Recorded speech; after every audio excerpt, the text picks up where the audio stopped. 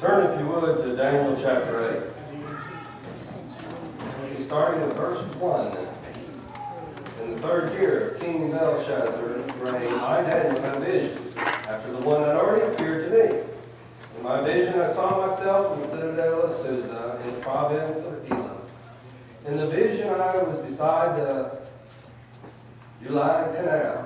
I looked up, and there before me was a ram with two horns standing beside the canal, and the horns were long.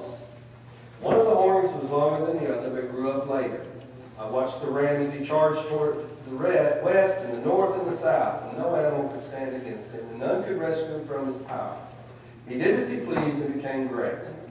As I was thinking about this, suddenly a goat with a prominent horn between his eyes came from the west, crossing the whole earth without touching the ground. Came toward the two-horned ram I had been seen standing beside the canal, and charged at him in great rage. I saw him attack the ram furiously, striking the ram and shattering his two horns. The ram was powerless to stand against him, and the goat knocked him to the ground and trampled on him. And none could rescue the ram from his power. The goat became very great, but at the height of his power, his large horn was broken off. And in its place, four prominent horns grew up toward the four winds of heaven. Out of one of them came another horn, which started small, but grew in power to the south and to the east and toward the beautiful land. It grew till it reached the host of heavens, and it threw some of the starry hosts to the earth and trampled on them. It set itself up as to be as great as the prince of the host. It took away the daily sacrifice from him, and the place of his sanctuary was brought low. Because of rebellion, the host of the saints and the daily sacrifice was given over to it. It prospered in everything it did, and truth was thrown to the ground. Then I heard a holy one speaking, and another holy one said to him, "How long will it take for the vision to be fulfilled?" The vision concerned the daily sacrifice, the rebellion that caused desolation, the surrender of the sanctuary, and the host that will be trampled underfoot. He said to me, "It will take 2,300 evenings and mornings, and then the sanctuary will be reconsecrated." While I, Daniel, was watching the vision and trying to understand it, there stood before me one who looked like a man. And I heard a man's voice from the Ulai calling, "Gabriel, tell this man the meaning of the vision." And as he came near the place where I was standing, I was terrified and fell prostrate. "Son of man," he said to me, "understand that the visions concern the times of the end."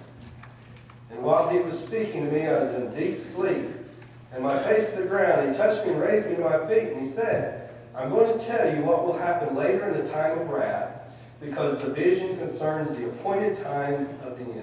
Let's pray. Lord, we thank you for the day. We thank you for your blessings. We thank you for your word. We thank you for the opportunity to study. Guide us in all truth. In your Son's name. Continue our study about lessons from Daniel. First of all, it's written to provide hope to both physical and spiritual Israel, God's people as a whole, then and today. Shows us how to use God would use the powers of this world to do his will, and that the battle is really a spiritual one. Something's going on in the spiritual realm, not in the physical.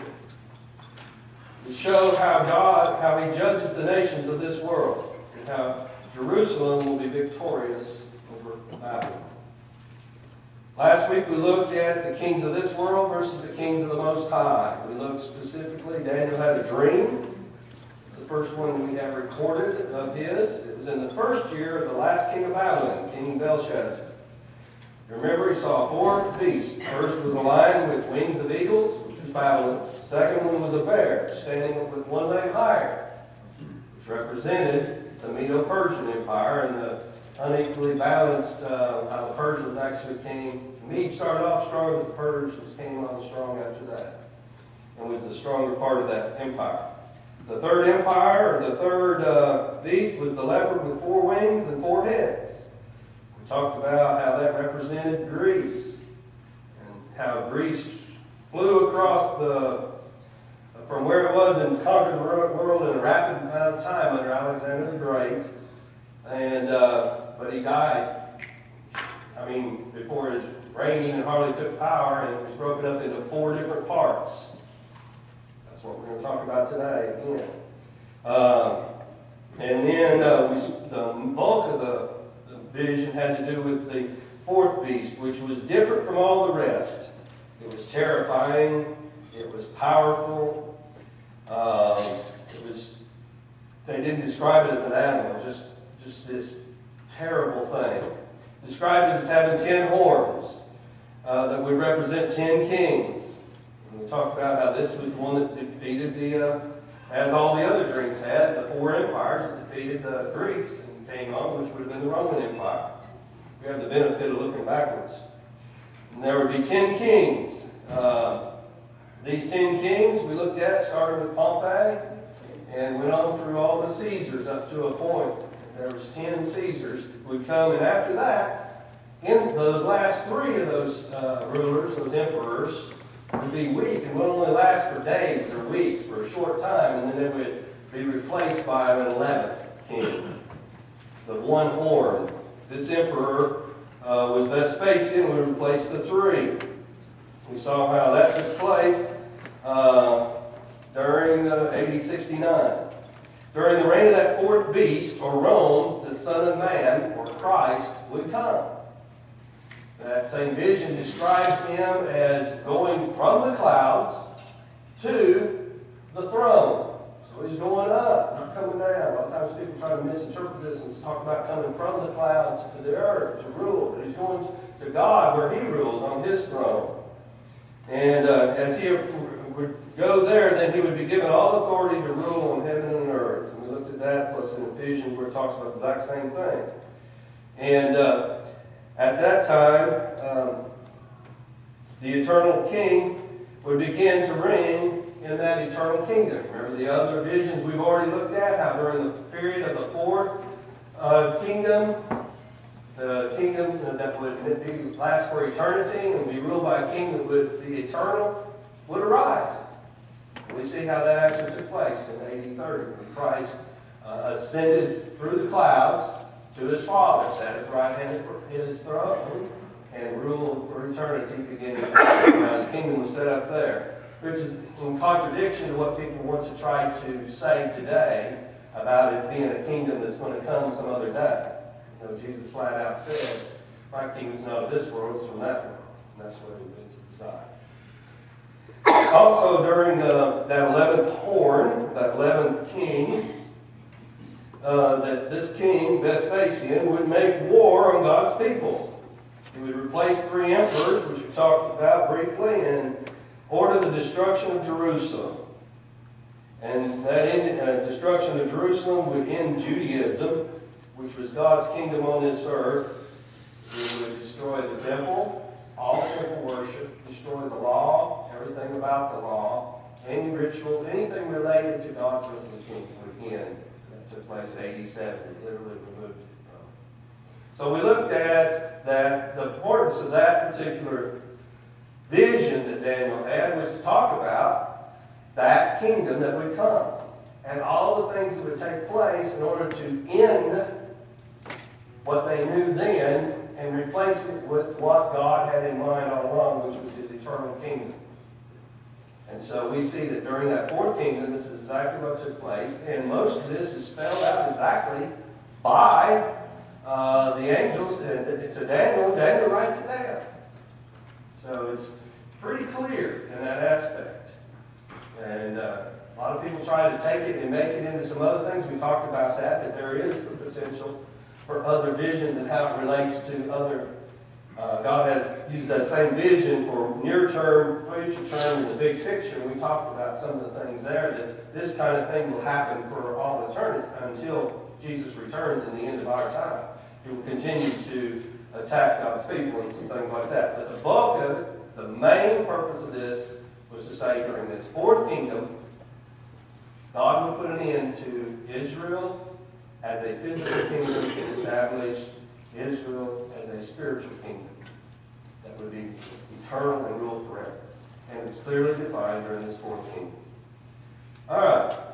Today, we look at this next chapter and this next vision. And this next vision, he starts off by saying that in the 3rd year of King Belshazzar. Well, when was the vision we just read? In the 1st year. So this is 2 years later. And he goes on to say, he had a vision after one he had already had. So he's making a reflection back to that other one. He's talking about, okay, now I had another vision 2 years later. Now, if you remember, the third year of Belshazzar, which was the last king of Babylon, the one that the Medes and Persians came and wiped out overnight, you'll remember the third year was his last year. So this is right before the Medo-Persian Empire takes over Babylon. And so he gets his second dream, second vision that comes to him, and it's given to him to explain what's going to happen with the second beast and the third beast. Okay? First is about to be no more, here in a matter of days or weeks, that year. And now he starts and gives them a vision about the next two. He's already told them about the end in the fourth vision, and told them to seal it up and forget about it for a while. Now he goes on to explain what's about to happen. Now, when he does that, he describes this as the Medo-Persian Empire that's about to take over. He describes them as what? We've got two critters here. One is a ram and one is a goat. All right? Which one's the ram? Persian. That's the one that's about to take over in a short period of time. It's about to take over from the Babylonians. They're about to take over. And he goes on and he starts off by saying that they're going to be pretty great. You know? They're very powerful. He says in verse 4, he watched and charged from Aram, as we know it today, to the west, through Babylon, to the Holy Lands, to the north, where Assyria was, to the south. Basically, it would trample and take over everything. And nothing was stopped in its way. No one could rescue it from its power. He did as he pleased and became great. That's very quick and very short. In that one verse, he described 200 years of domination by the Medo-Persians. Because the next verse takes place 200 years later. So when he sees this, then he goes on, he sees this version, he says, okay, we've already talked about this great empire that's about to take over Babylon. He says how powerful they are. And he even uses, we talked in the last vision, it was a bear that had one leg longer than the other, was kind of standing up. What does he say here about their horns? One horn is longer than the others. And it grew up later. Well, when you look at the Medo-Persian Empire, that's exactly what happened. It was predominantly Medes to begin with, but shortly thereafter, the Persian part of it became not just a partner that was kind of assimilated into the Medo Empire, but they actually took over the control and the power of the kings and everything came from the Persians from there on out. Okay? So here this takes place. In 200 years, we see this going on, and then we get to the next verse. And as he was thinking about it, suddenly a goat with a prominent horn. How many horns does a goat have? It says a prominent one. Where was it at? In his eyes. There's something unique about this particular goat. All right. Well, I asked him, I asked how many a goat in general has its tooth. But this particular goat that he describes is unique. It's not just a goat, it's one with one large prominent horn. It's a unicorn. Well, I started saying that, except I don't think people rode on it. I don't think it was a horse, it was a goat. A unigoat. Okay. But it didn't say one had been broken off. It said it just had one. And that was a very large horn. And when it describes that, and it goes on, it says, and this goat was unique because it suddenly, it came from the west, crossing the whole earth without touching the ground. Wow, that's a big jump, isn't it? So it comes fleeing across the earth without touching the ground, and it attacks the ram, and when it attacks the ram, what happens to the ram? The horns, what happens to the horns? Broke them off, tramples him, kills it, destroys it. Okay? The ram was powerless. Then he goes on to say, out of one of those, out of that one horn, didn't last long. Suddenly it was broken off, and it was replaced by what? 4 horns. Sound familiar? Horse in 4 directions. Broken up into 4 parts. Okay? And out of one of those 4, it describes a smaller one that comes out of one of those horns And this one here comes up and started small but grew in power to the south and to the east toward the beautiful land. It grew until it reached the host of heavens, and then it threw it down to the earth, and it set itself up to be as great as the Prince of Hosts, and took away daily sacrifice. It's important here. There was rebellion of the host of saints, and the daily sacrifice was given over. Then, let's see. So, they asked how long this was going to take place. How long did it say it would take place? Well, it depends. Actually, he said it very clearly. 2,300 evenings and mornings. Yeah, but 2,300 evenings and mornings. Now, what you're alluding to is, what does that mean? That's true. There is different interpretation of what that means. It says 2,300 evenings and mornings. He was just talking about the evenings and mornings, the daily sacrifice, earlier there. Concerning the daily sacrifice and the rebellion that caused the desolation. All right, so this is the dream, and it kind of leaves old Daniel kind of confused. Not very sure what that means. Do I feel the same way? We got 20 hindsight. Well, they said it is 2020. And that's how that really is in our aspect, because all he knew is that 200, he didn't even know how long it was going to be. But we're talking 200 years down the road, something awful was going to happen to the people of God. When this third kingdom destroyed the second kingdom that he was about to see. Okay? So he knew there was something there. And we find that while he's watching the vision, trying to understand it, then he gets somebody comes to him to explain it. Who comes? Gabriel. We mentioned in previous days or whatever that a couple angels are mentioned quite often. Gabriel and Michael. Gabriel a lot of times comes with announcements. Who announced the birth of Christ? Gabriel. You know, he's the one that comes and makes pronouncements and gives information and announcements in just about every occasion that we see in the Bible. Michael, on the other hand, he has a different job. The jobs we see him doing, and are defined several times in Daniel, are to do what? Protect. He's the protector of God's people. He's the one that fights on their behalf. We talk about this spiritual war that's going on. He's the one that's doing the fighting.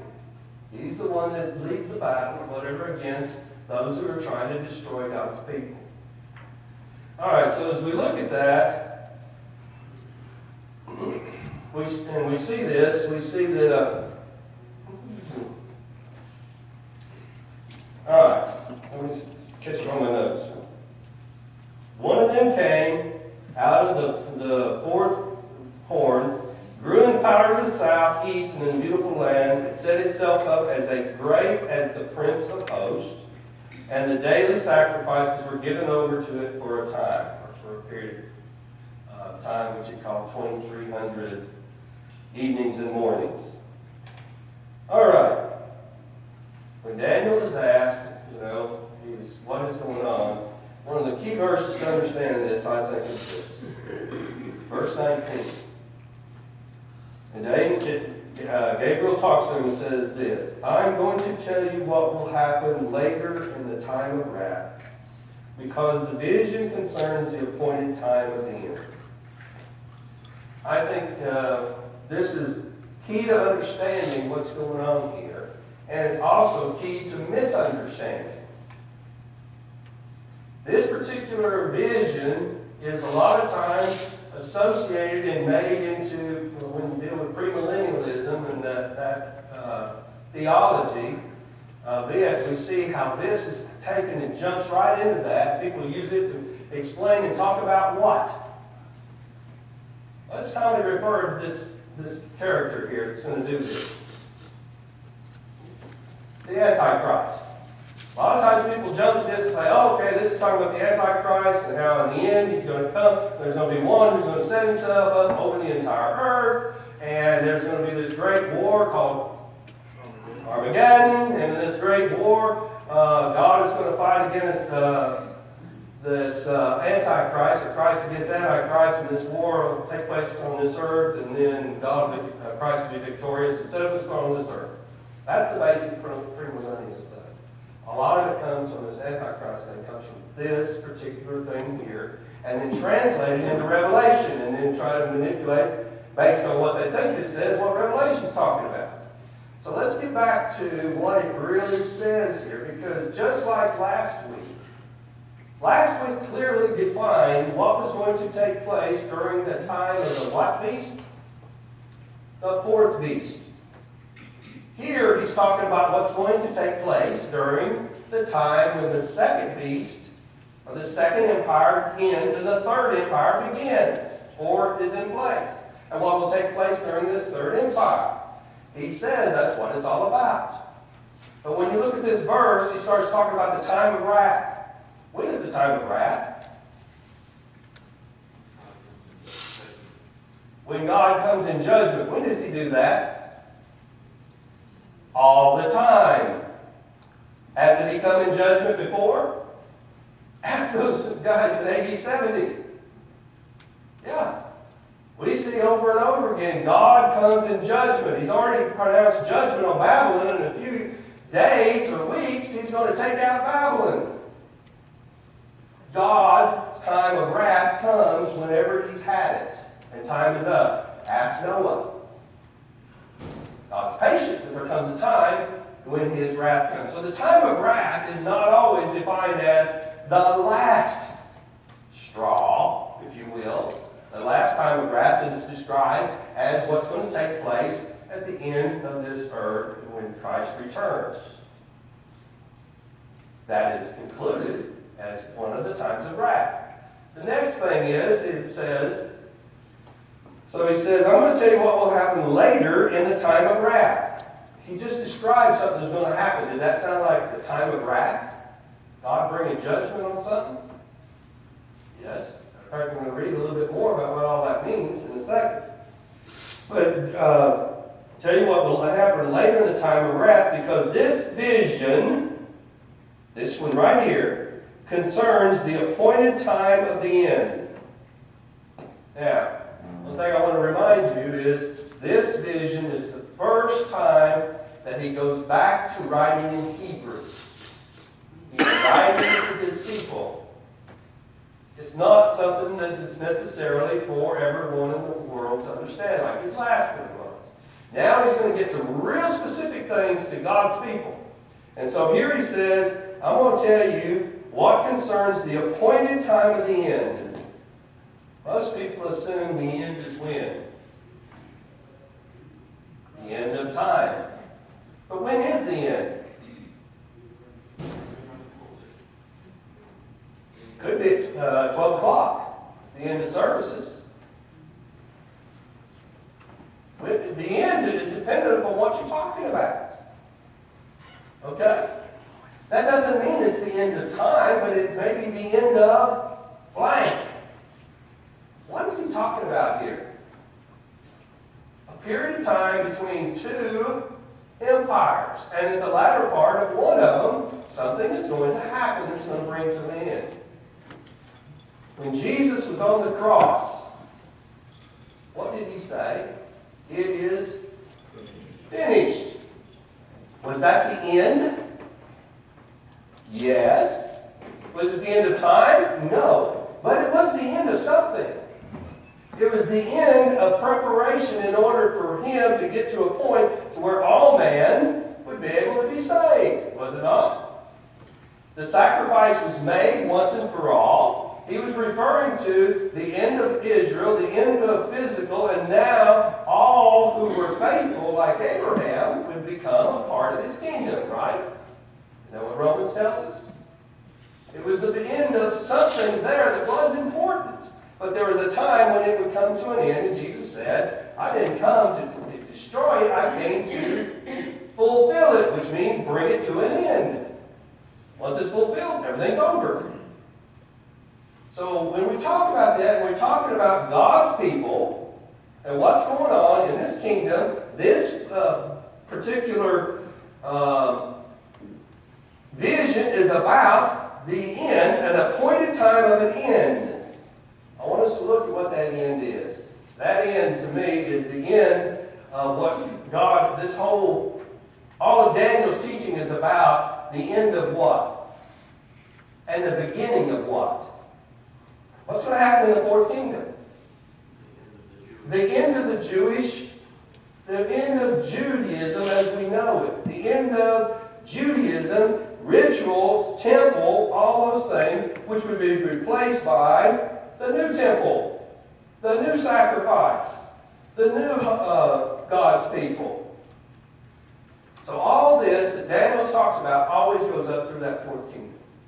And the end of that and the beginning of what would grow out of, in the statue, it was a mountain that grew out of the fourth kingdom. Remember that? That would grow up and cover the whole world. So we see that that's what, when you take it in the context of Daniel, think about it that way. Now, let's go on and let's look at a couple things that he says after that. After that, he goes on and he says, I'm going to tell you what will happen later in the wrath, because the vision concerns the appointed time of the end. The two-horned ram you saw is who? Medo-Persians. Did I guess at that? No. Daniel said it. Because Gabriel said it. The shaggy goat is the king of Greece. Did I make that up? No. Gabriel said it. And the large horn between his eyes is the first king. Who was the first king of Greece? Alexander the Great. I didn't have to make that up. That's facts. The four horns replaced Alexander the Great. The one broken off into four kingdoms will emerge, but will not have the same power. History shows us very clearly that's exactly what took place. His kingdom, Greece, was broken into four different parts, with four different generals ruling it. In the later part of their reign, incidentally it was 200 years later, what was going to take place? Rebels will become completely wicked. All right, who would rebel?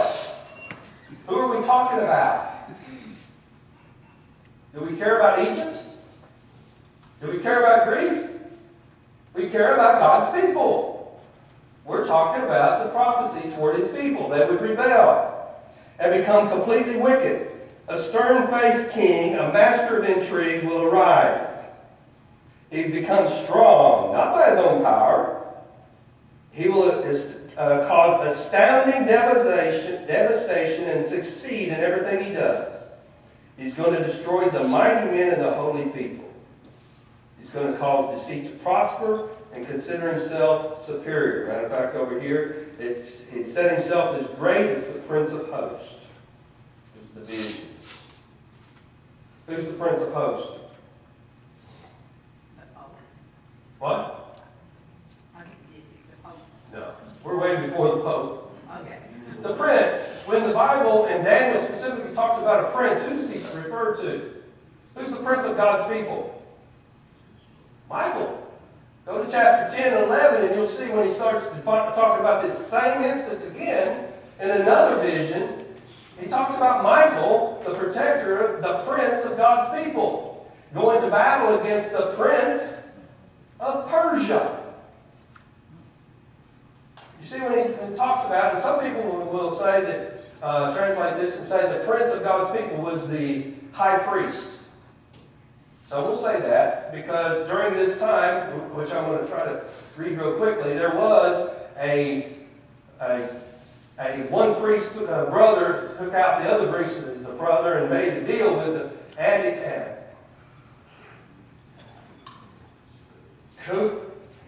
Antiochus, whatever his name, the fourth. And made a deal with this king here. And so that he could be paying some money and he could be the priest. So a lot of people would say that. But Daniel always refers to, in other places, Michael as being the prince of God's people, of the host, the masses of God's people. And so we see here that he says, okay, he's going to set himself up to be equal to him. As a matter of fact, John pointed out, his name was Antiochus, and we call him Epiphanes. His actual name was Antiochus IV. Epiphanes was a title he gave to himself. You know what it means? God manifested. Basically it says, I'm God on earth. That's basically what he said. He set himself up to be equal to Michael, the angel that defends God's people. So he sets himself up in this position, and we find that he goes in late in his reign, and what he does is he brings astounding devastation, destroys the mighty men. He calls himself Epiphanes, or God manifested, and challenges the prince of God's people. Challenges Michael. He'll take away the daily sacrifices and defile them. You might remember what he did? First thing he did is he goes in and takes over the temple and turns around and replaces the altar with an altar to Zeus. And then shortly thereafter he offers a pig as a sacrifice in there. That defiles the temple. Makes it unusable. It makes it unusable for offering the daily sacrifices which take place when? Night and morning. He says that this is going to last for 2,300 days. The fact of the matter is, from the time of him taking and coming in the temple and setting up an altar to the time that Duke Maccabees, and that they come in and they rededicate the temple, was a period of a little over 3 years. Or, in essence, 2,300 divided by 2. 2,300 mornings, or nights and mornings. They offer the sacrifice at night, the sacrifice in the morning. Some would say that it represents 2,300 literal days, which would be basically about a little over 6 years that he was invested in all this going on there. I think it's more clearly about the sacrifice. What was taken away and what was to put back. And he tells us till the sacrifice would be reinstituted in verse 14. Reconsecrated, the sanctuary. 2,300 evening and morning. I think he's talking about the evening plus the morning equals to 2,300 times. Then it would be replaced. And we find that that is historically accurate. About a year to the date from the offering of the pig till the reconsecration was right at a year. It took place in December of 164 or something. I'm not big on years, but 164 BC. The important thing was, it took place in December. What happens in December among Jews today? Feast of Lights. That was a celebration that came as a result of the reconsecration of the temple at that time. That's when that took place, when it came into play. And it was shortly after, a little over 3 years from the time that the temple worship had stopped taking place, and the daily offerings, night and mornings, had been stopped. I tried to make a copy, but out of all the 4 copy machines we had here, I could not get 25 copies. I'll have to take it to work. I'll try and make a copy and give it to you next week. And it's a thing about Epiphanes that comes from 1st Maccabees, 2nd Maccabees, and Josephus, their writings. It's just a separate thing. But just to give you an idea who this was and how it is so clear that he fits. Listen to, and I'm not going to read everything that took place, but I want to tell you what happened at that time.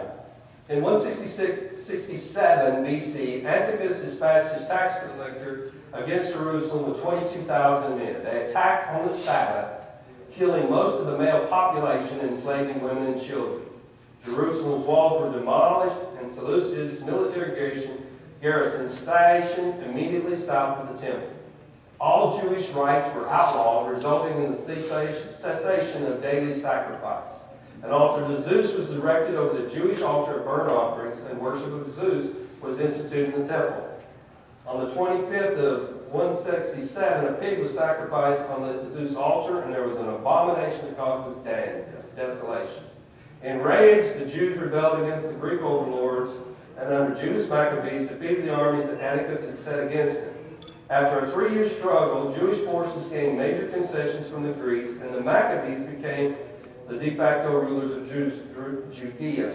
Most notably, they purified the temple, reinstated the daily sacrifice, an event commemorated in the Feast of Hanukkah.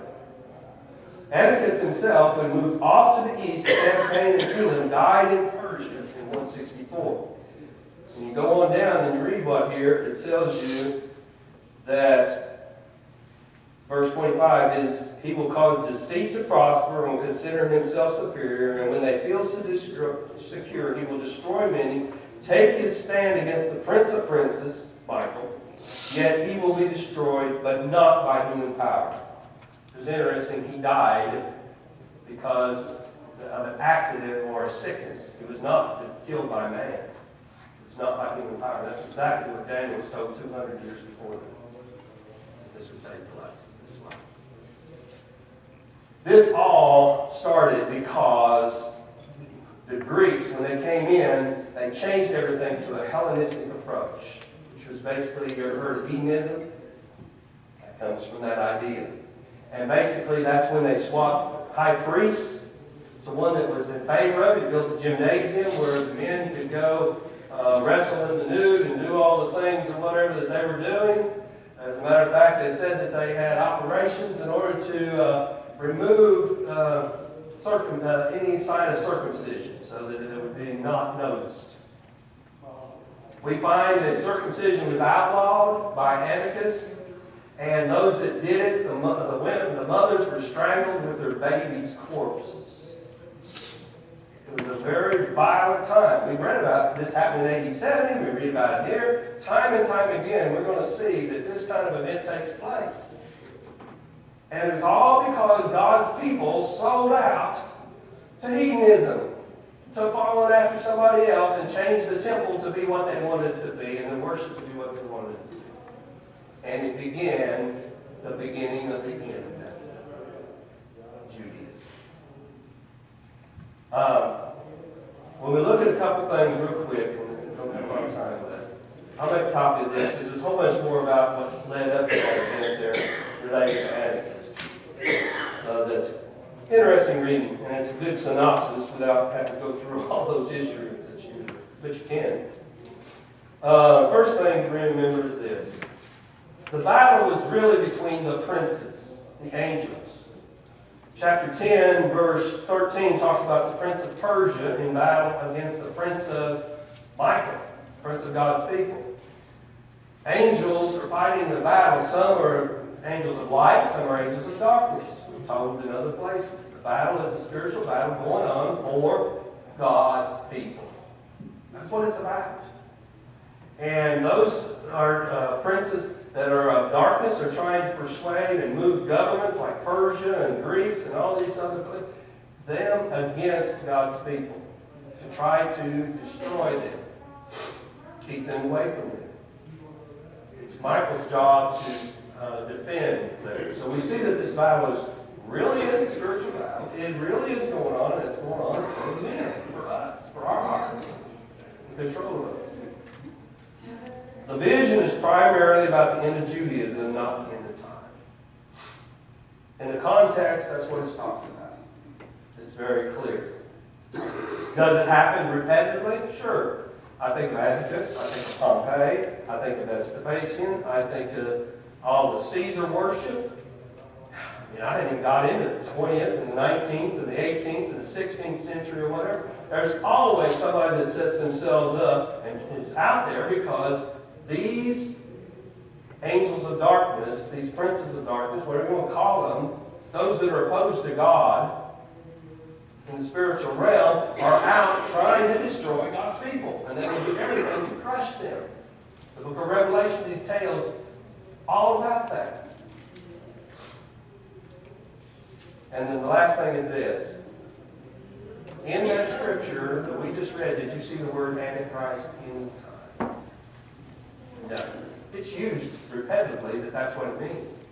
Actually, if you go to Revelation, is the word Antichrist in there? No, it's not. It's not in either place, but it is used and morphed into this idea that there's this one Antichrist. The reality is, if you turn to 1st and 2nd John, which is the only place in the Bible that the term Antichrist is referred to, John talks about it, and he says there will be many Antichrists, as in ones who deny the deity of Christ. There will be many of them, and as a matter of fact, there are some already amongst us today. That's him writing in the 80s. Already happening. It's not about one physical, historical figure. We've got to get it out of our mind that this is a physical thing.